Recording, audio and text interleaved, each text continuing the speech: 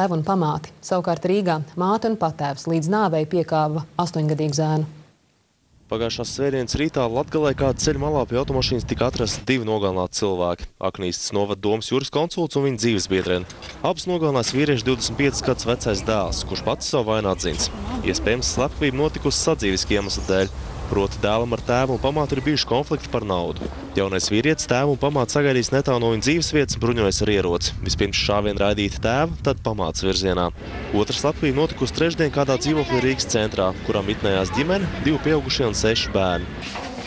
Sakiet, kāpēc tā notika? Bez kaut komentāriem.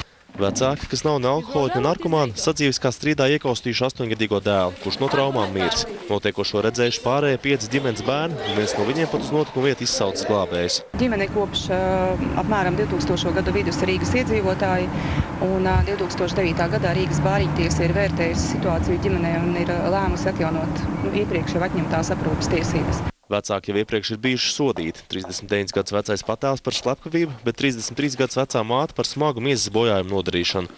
Joprojām nav skaidrs, kas notiks ar pārējiem 5 ģimenes bērniem. Visticamāk, viņiem nāksies dzīvot pie radiem vai bērnu namā. Jānis Zvērs, TV3 ziņas. Latvija tomēr piedzīvoja savu triumfa brīdi Londonā. Māris Strombergs kļuva par